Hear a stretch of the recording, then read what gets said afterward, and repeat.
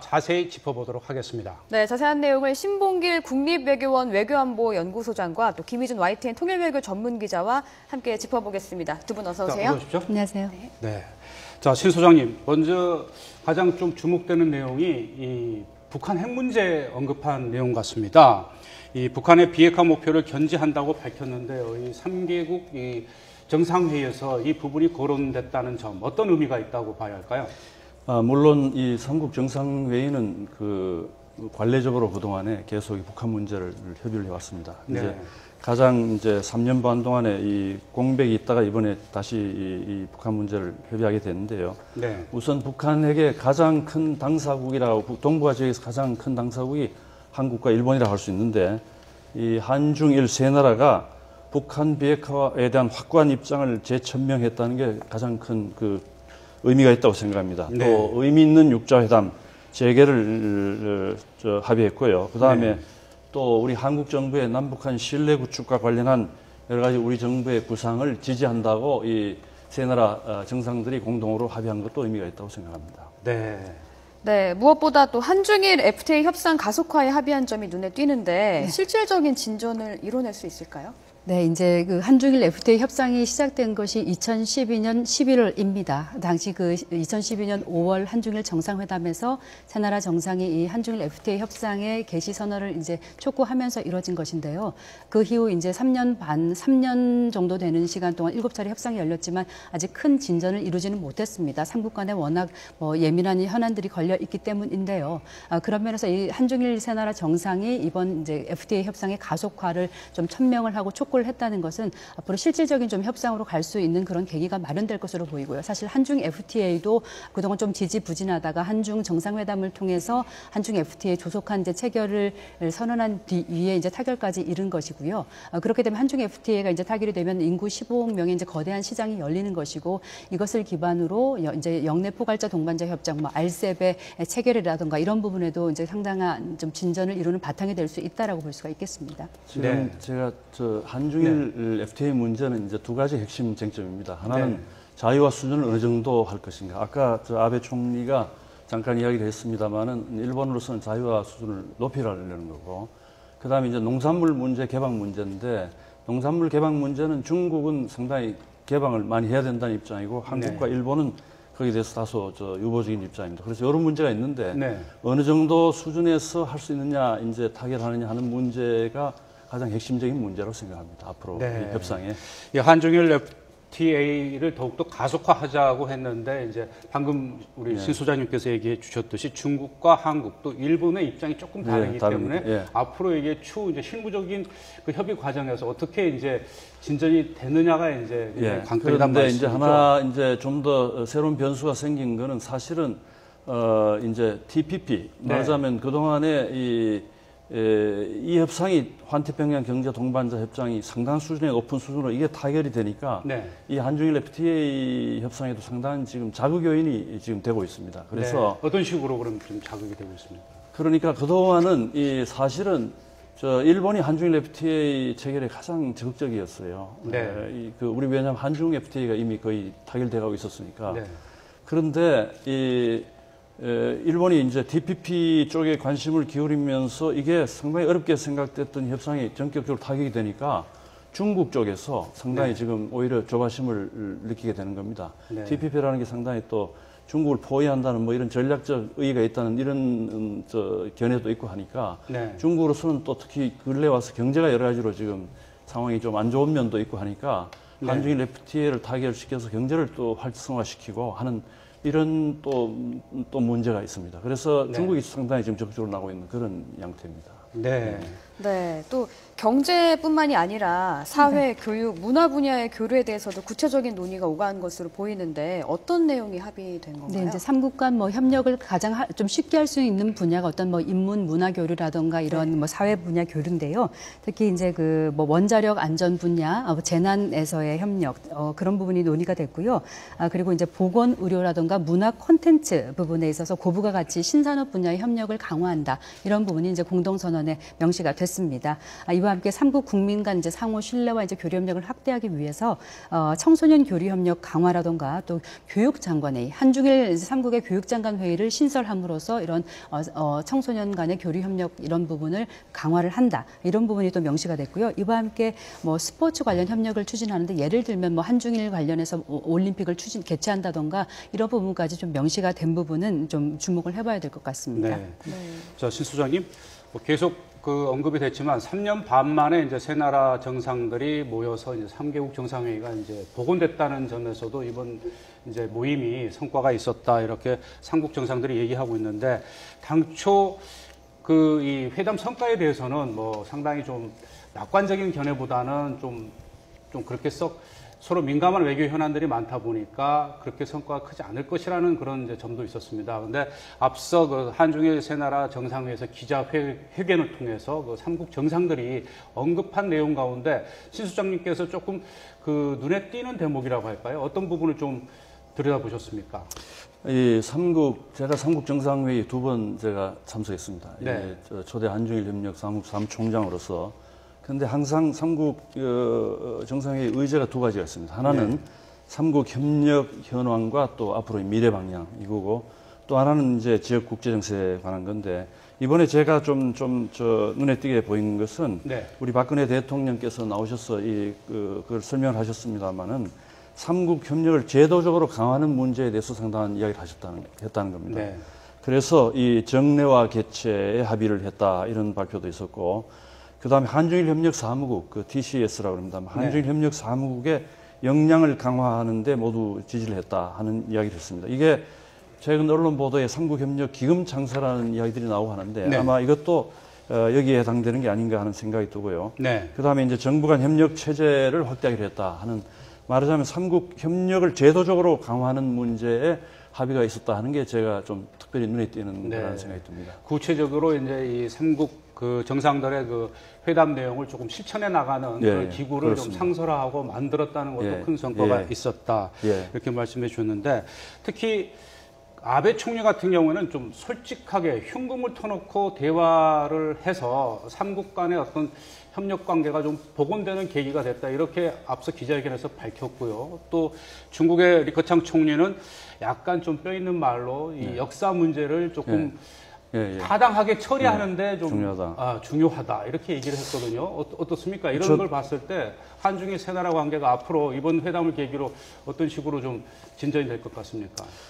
저도 아까 그 세 분이 그 기자회견을 하는 걸 봤는데요. 첫째는 그 아베 총리가 우리가 이웃 나라인데 이 정상 차원의 교류가 정말 중요하다. 그러니까 정상회의 중요성을 강조한 게 눈에 띄었고요. 그리고 이제 내년에 일본에서 정상회의를 개최하는데 아주 성공적으로 개최해야 되겠다 하는 이야기. 네. 그러니까 말하자면 아베 총리로서는 이 그동안의 정상회의가 잘 이루어지지 않은 것에 대한 이 아쉬움과 함께 이 정상회의 중요성을 강조한 게 눈에 띄고, 네. 상대적으로 리커창 총리는 역사 문제, 역사를 직시해야 되고 미래에 지향한다는 역사 문제 이야기를 많이 했는데, 저는 역시 이 세 나라 정상들이 이 삼국 협력이 동북아의 평화와 협력, 그리고 세계의 평화와 협력에도 직접 관여되는 이 중요한 협력이다, 이 지역 협력이다. 그리고 앞으로 이야기를 하면서 이 삼국 협력의 중요성을 특별히 강조를 세 나라 정상들이 다 했거든요. 네. 그러니까 지난 한 2, 3년간 영토 문제, 역사 문제 이런 걸로 상당히 좀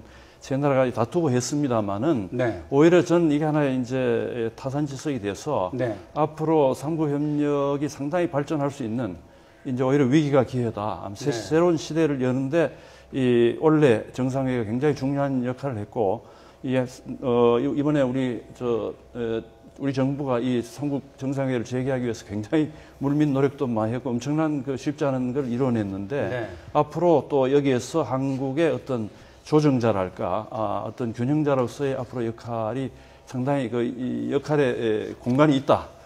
굉장히 중요한 한국의 역할이 기대된다 하는 걸 제가 말씀을 드리고 싶습니다. 네, 소장님 말씀대로 이 한국의 역할에 대해서 굉장히 높이 평가를 받았는데요. 이렇게 다시 열리기는 했는데 이 정도에서 저희가 만족할 만한 수준이 좀 나왔다고 볼 수 있을까요? 일단은 뭐 3년 반 만에 어렵사리 이제 재개된 한중일 정상회의만큼 이 정도 그러니까 3국 간의 어떤 정상회의의 정례화 부분에도 합의를 하고 다른 그 뭐 사회 민간 부분의 협력 이런 부분을 명시한 것, 특히 이제 북한 핵 문제에 대한 3국이 공이 같은 목소리를 냈다는 것, 이런 것은 평가할 만하고요. 소장님께서 잘 말씀을 해주셨는데 이번 정상회의를 열기까지 사실 한국이 의장국으로서의 많은 역할이 있었습니다. 네. 결코 이제 만나지 않을 것 같은 중의를 잘 끌어들였고, 또 한일 관계도 역시 아직까지 해결되지 않은 부분이 많지만 일단 과거사를 이제 정치 안보 협력이나 이런 부분과 좀 다른 별도로 한다는 투트랙 기조를 다시 한번 살리면서 한중일 정상회의를 이제 이렇게 재개를 하게 되면서 어떤 한국의 좀 외교적 지평을 좀 넓히는 계기가 됐다라고 이제 평가는 할 수 있겠고요. 이제 중요한 것은 앞으로이겠죠. 정말 이게 한중일 정상회의에서 이제 이런 정상회의를 정례화하겠다는 부분을 명시를 했지만 과연 이 세 나라가 어떤 역사 문제나 영토 문제 갈등을 딛고 이 정례화를 다음에도 내년에도 또 개최할 수 있는지 하는 부분에 있어서는 3국 간의 어떤 노력이 필요한 부분이기 때문에요. 이런 뭐 구체적인 협력 분야들을 어떻게 이제 실천해 나가야 하는 부분, 그런 부분 좀 지켜봐야 할 것으로 보입니다. 네. 이 삼국 협력을 보다 강화하자는 데는 뭐 세 나라 정상들이 똑같이 한 목소리를 냈습니다. 그런데 이제 앞서 우리 신 소장님께서 지적해 주셨듯이 경제 분야에서의 협력, 앞으로 이제 한중일 FTA 이 추진을 보다 가속화하자. 그리고 그런 부분에 있어서는 이제 구체적으로, 그러니까 실질적으로 협력을 구체화하기 위해서 앞으로 이제 어떤 노력들이라든지 이런 게 필요하지 않겠습니까? 구체적으로?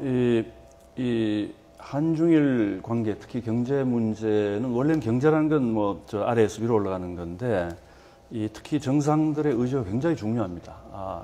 한중 FTA를 타결하는 과정에서도 사실은 이 정부 국가 차원에서의 그 의지가 굉장히 강하게 작용을 했고, 네. 이번에 한중일 FTA도 사실은 나라마다 이 경제와 관련해서는 서로 이해관계가 조금씩 다를 수밖에 없습니다. 그렇죠. 그러나 정상들이 합의해서 이것을 가속화하기로 했다 하는 것은 굉장히 중요한 의미가 있고, 특히 중국이 적극적으로 이걸 앞으로 정상회의를 한중일 FTA를 성사시켜야 되겠다 하고 나오는 것은 상당히 의미가 있다고 생각합니다. 왜냐하면 네. 중국이 세계 경제에 굉장한 큰 그 하나의 그거고, 그 다음에 중국 경제가 어려운 상황에서 한중일이 서로 다투니까 서로 간에 투자도 잘 안 되고 여러 가지 무역도 이게 잘 안 되고 여러 가지 어려운 점이 있었습니다. 그런데 네. 관광도 안 되고 이런 것들이 이제 한중일 FTA 같은 게 체결이 되고 하면은 이제 아마 이 지역 이 경제 활성화에 굉장히 도움이 될 거로 저는 생각을 합니다. 네. 경제, 사회, 문화 분야에서의 어떤 협력은 앞으로 이제 이 세 나라 간의 어떤 추후 어떤 실무 기구라든지 실무 회담을 통해서 더 추진이 되겠지만, 앞서 이제 언급을 했듯이 이제 이 과거사 문제에 대해서 리커청 총리나 우리 박근혜 대통령을 언급을 했지만, 아베 총리가 그 설명하는 자리에서는 과거사 문제에 대해서는 특별한 언급이 없었던 것 같아요. 그런 부분 어떻게 보십니까? 글쎄, 아베 총리 입장에서는 이 역사 문제는 가급적이면 빨리 털고 나오고 싶은 그 의지 아니겠습니까? 네. 그런데 상당히 아픈 건데, 그래서 그랬다고 생각하고 있고, 또 아베 총리의 발언 중에서는 이번에는 이제 특히 한 게 이제 북한 납치 문제 해결, 뭐 네. 이런 문제도 사실은 다 과거사 문제입니다. 그렇죠. 이런 문제들을 이제 앞으로 해결해 나가야 될 텐데, 지금 우리 정부도 이 과거사 문제와 이 안보 경제 문제는 투트랙으로 이제 해나가겠다는 게 기본 입장이고 하니까, 네. 이 과거사 문제는 앞으로 이제 시간을 두고 계속 앞으로 또 이 협의해 나가야 될 문제라고 생각합니다. 그거와 네. 또 그거와 관계없이 또 이 안보 경제 문제는 경제 문제대로 세 나라가 계속 이 협력을 강화하기 위해서 이런 노력을 해야 될 그런 문제로 그렇게 생각합니다. 네. 뭐 덧붙여서 이제 질문을 드리자면, 동북아 평화 협력에 관해서는 이제 세 나라가 이제 공동으로 합의를 했고 이제 선언문까지 발표를 했습니다. 그런데 뭐 회담 전에도 이 민감한 외교 현안이죠. 이 남중국해 이제 그 인공섬 건설 문제 같은 이런 문제가 좀 이 삼국들 만났을 때 전혀 다뤄지지 않았을까요? 저는 남중국의 문제는 삼국 정상회의에서 공동 의제로 다뤄지지는 않았다고 봅니다. 네. 제가 직접 정상회의장에 없었습니다만은 보통은 이제 정상회의 의제를 사전에 실무자들이 협의를 하는데, 남중국해 문제는 안 들어갔을 거로 저는 그렇게 생각을 합니다. 예. 네. 이번 정상에서 조금 이제 우려됐던 것이 이제 삼국 간 협력을 논의하는 자리인데 지금 가장 이제 첨예한 문제 중에 하나가 이제 남중국해 문제이고 특히 이제 미중 간의 대치가 강화되고 있는 상황에서 일본이 이제 미일 동맹 강화에 이제 힘을 얻고 있는 일본이 약간 미국의 입장을 대변하면서 남중국해 문제에 대해서 이제 중국의 자제를 촉구한다거나 이에 대해서 이제 중국이 좀 맞받아치면서 신경전을 벌이지 않을까 하는 좀 우려가 있었고요. 네. 특히 이제 또 과거사 문제에 있어서는 그 중국과 한국이 좀 연대를 해서 이제 일본을 좀 비판하는 모습을 보이면서 2대1의 구도를 보이면서 이번 회담에 좀 판을 깨지 않을까 하는 우려가 있었는데 네. 이번 뭐 삼국 정상회담에서는 어쨌든 삼국 정상들이 조금 그런 부분은 좀 자제를 하고 서로 이제 협력과 서로 이제 미래를 좀 강조하는 모습을 보이면서 조금 지혜로운 모습을 보이면서 무난히 이제 이번 삼국 정상회의가 좀 마무리된 것이 아닌가 하고 생각해 볼 수 있겠습니다. 저도 아까 아까 남중국해 문제 이야기했습니다만 보통은 그 삼국 정상회의가 정말 의미가 있는 거는 제가 그 참석을 아까 했습니다만은 미래 문제를 주로 의제를 가지고 다룹니다. 경제 문제라든가 사회 문화 교류 이렇게 해서 미래지향적인 이슈를 주로 다루고 보통 여러 가지 영토 문제라든가 서로 난처한 문제 같은 거는 보통 삼국 정상회의가 개최되면 양자 회담이 부수돼서 개최가 되거든요. 그러니까 이번에도 뭐 한중, 일중 정상회담이 개최됩니다만은 보통 이런 문제는 양자회담에서 개최가 되기 때문에 남중국의 문제가 개최됐다면 뭐 역시 당사자라 할 수 있는 이 중국, 일본, 중일 정상회담에서 혹시 거론될 수는 있겠죠. 중일 정상회담은 언제 지금? 오늘 지금 사실은 6시 15분부터 중일 정상회담이 열릴 예정입니다. 한 30분 정도로 예정이 돼 있는데요. 이 자리에서 이제 소장님 말씀하신 대로 아마 양자 간의 문제이기 때문에 조금 더 이제 그런 뭐 양자 간의 좀 그 예민한 문제들도 서로가 서로의 입장을 뭐 발표를 할 수도 있을 것으로 보입니다. 네. 자, 신 소장님. 이번 어렵게 성사된 3년 반 만에 성사된 이제 삼중일 이 3개국 이 정상회의. 이번에도 이제 적지 않은 성과를 냈는데 이제 다음에는 이제 일본에서 열게 돼 있지 않습니까? 일본이 의장국인데 이번 성과를 바탕으로 해서 앞으로 또 이 3개국 정상, 특히 이제 동북아에서 뭐 세 나라의 협력은 뭐 필수 불가결한 요소다라고 이제 3국 정상들이 모두 함께 얘기를 하고 있는데 어떤 좀 말씀을 보태고 싶습니까? 아까 우리 기자회견에서 우리 박근혜 대통령께서 올해는 그 2차 대전 종전 70주년이고 한일 관계 그 정상화 50주년이라는 특별한 의미가 있다는 이야기를 하셨는데 저는 이 한중일 정상회의가 우리 그 한국 정부의 주선하에서 어렵게 성사돼서 아주 좋은 분위기 속에서 끝난 것 같은데 이것을 기회로 해서 이게 하나의 모멘텀이 돼서 앞으로 삼국이 아까도 삼국 정상들이 삼국 협력이 단순한 세 나라만의 협력이 아니다. 이게 동북아의 평화와 세계의 평화와 안정의 번영에 관련되는 회의다 하는 정도로 책임감을 강조했듯이 앞으로 이제 역사 문제를 정말 잘 해결하고 미래지향적인 삼국 관계에서 이 동북아 지역이 하나의 큰 공동체랄까 커뮤니티가 형성될 수 있기를 저는 그런 기대를 하고 있습니다. 네. 끝으로요. 시간이 좀 남아서 가장 관심 있었던 거, 우리한테는 가장 관심 있었던 게 이제 북한의 비핵화 문제인데 이번 3개국 정상회에서 북한의 비핵화 목표를 견지하면서 육자회담 조속 재개를 위해서 노력하기로 한다. 그리고 이 북한의 핵 문제를 이 북한에 해결할 수 있도록 촉구하겠다. 이런 이제 내용들이 있었는데 그 어떤 성과라고 하면 성과겠지만 앞으로 어떤 노력들이 뒷받침이 돼야 된다고 보십니까? 중국이나 일본. 이제 이런 삼국 정상들 간의 합의가 있었고 이제 이렇게 되면 앞으로 이제 이 동북아 지역에서 여러 가지 핵 문제와 관련해서도 여러 가지 아마 양자 뭐 여러 가지 외교들이 있게 되지 않겠어요? 뭐 한중 간이라든가 한일 간 그다음에 또 북한의 뭐 김정은이 앞으로 그 행보라든지 중국과의 관계 그래서 이런 것들이 이번에 삼국 정상들이 확고한 그 비핵화 의지를 분명히 합의를 했기 때문에 이 앞으로 중북 관계가 요즘 조금 이제 해빙되는 거 아니냐는 이런 이야기가 나오는데 뭐 김정은의 방북 뭐 이런 가능성 이야기도 나오고 하는데 앞으로 그런 경우에도 역시 이 중국이 확고한 입장을 가지고 있다는 게 분명히 표현이 됐고 하기 때문에 이런 것들이 앞으로 북한의 비핵화에도 상당한 그 영향을 줄 거로 저희는 그렇게 기대를 합니다.